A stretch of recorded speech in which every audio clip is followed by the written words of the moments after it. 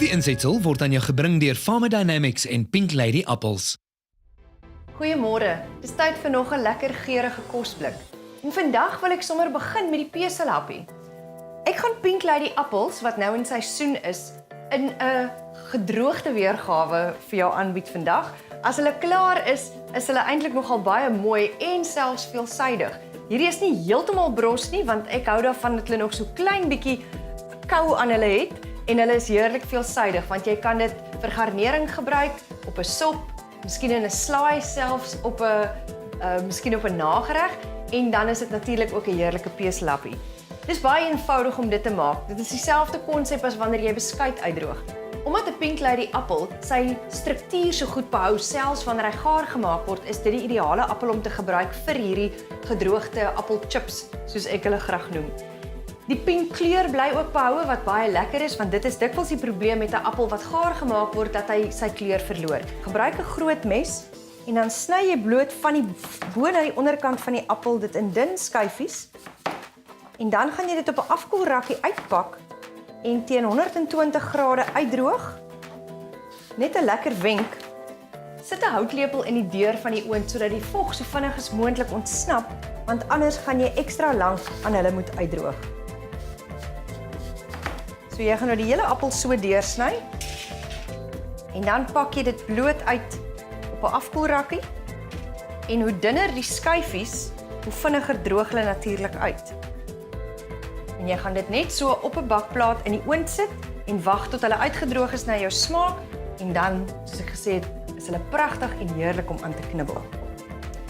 So, dit is 'n lekker idee met 'n Pink Lady appel, terwyl hulle nou in seisoen is, dan is 'n lekker ding om in te pak, ook selfs vir 'n kosblik.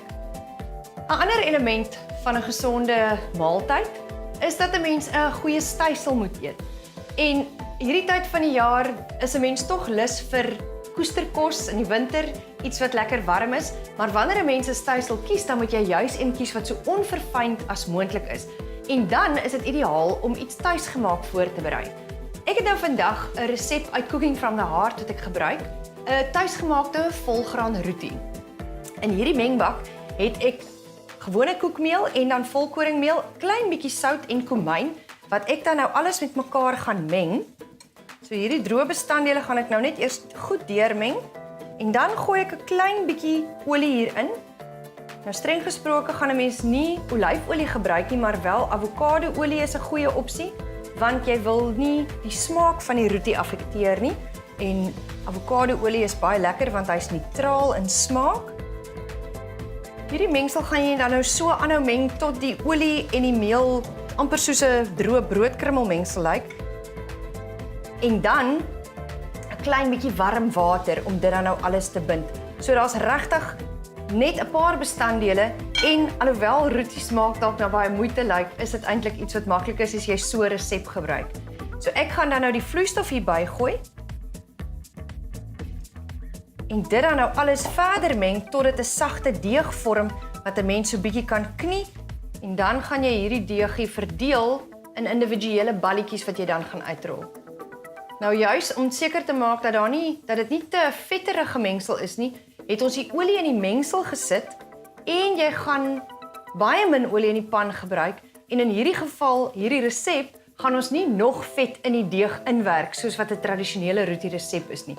So klein balletjies soos daai wat jy dan nou met 'n rolstok gaan uitrol en dan in 'n pan braai.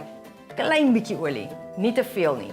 Een voordeel van hierdie resep uit Cooking from the Heart is dat jy die roties voor die tyd kan maak en ook kan vries en dan uithaal soos wat jy nodig het vir 'n kosblik. As jy nou wonder waarmee gaan ek hierdie rotie vul, dan is dit 'n heerlike stukkie skaapvleis. Ons het al 'n vorige keer gesels oor, soos party mense daarna vernoem, die arme man se lamsbout, lamsskouer. In Skaapvleis Suid-Afrika moedig ons juis aan om die hele skaap te gebruik en nie net te sê skaapvleis is choppies nie, maar juis ook van die ander wonderlike snitte op interessante maniere te gebruik.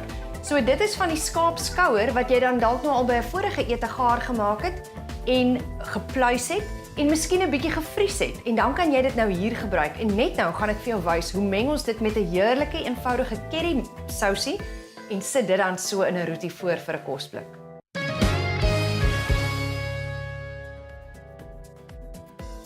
Ons het nou wel heerlike sagte gaar skaapvleis, maar om dit 'n winterelement te gee, gaan ek 3 eenvoudige bestanddele meng om dit dan nou 'n bietjie verder te geur.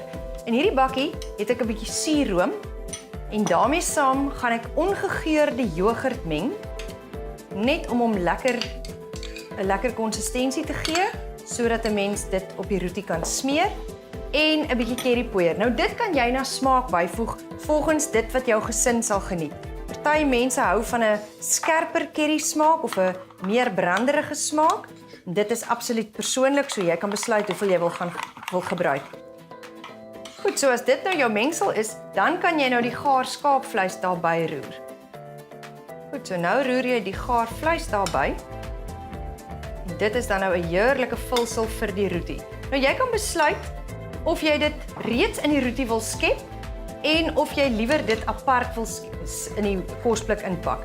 Persoonlik sal ek dit apart hou, sodat die persoon dan die keuse het om die vleis eers dalk 'n bietjie warm te maak, as daar 'n mikrogolfoond is, of as jy 'n manier het om dit warm te hou, en dan kan 'n mens nou self die vulsel inskep wanneer jy gereed is daarvoor.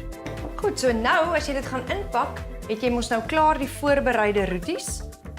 En as dit vir 'n groot mens is, hulle is nie vreeslik groot nie, kan jy 2 van hulle inpak. En dan nou 'n bietjie van die vleismengsel hier langs aan sit. En as jy nou 'n vurk inpak, dan kan die persoon dit by die werk net bo-op sit en 'n heerlike maaltyd daarmee maak. En onthou, dit gaan altyd daaroor dat die kosblik gebalanseerd moet wees. So in hierdie geval gaan jy dan nou 'n stysel hê, goeie kwaliteit proteïen. Dan wil ons iets vars inpak. So ek gaan dan nou in hierdie bakkie 'n kombinasie maak van 'n paar stukkies komkommer en 'n paar tomatietjies. En jy kan nou besluit of jy dit saam met al die ander bestanddele op die roetie wil sit en of jy dit apart gaan eet. En dan ook vir 'n peselhappie 'n lekker mengsel van neute en dan natuurlik die appelchips.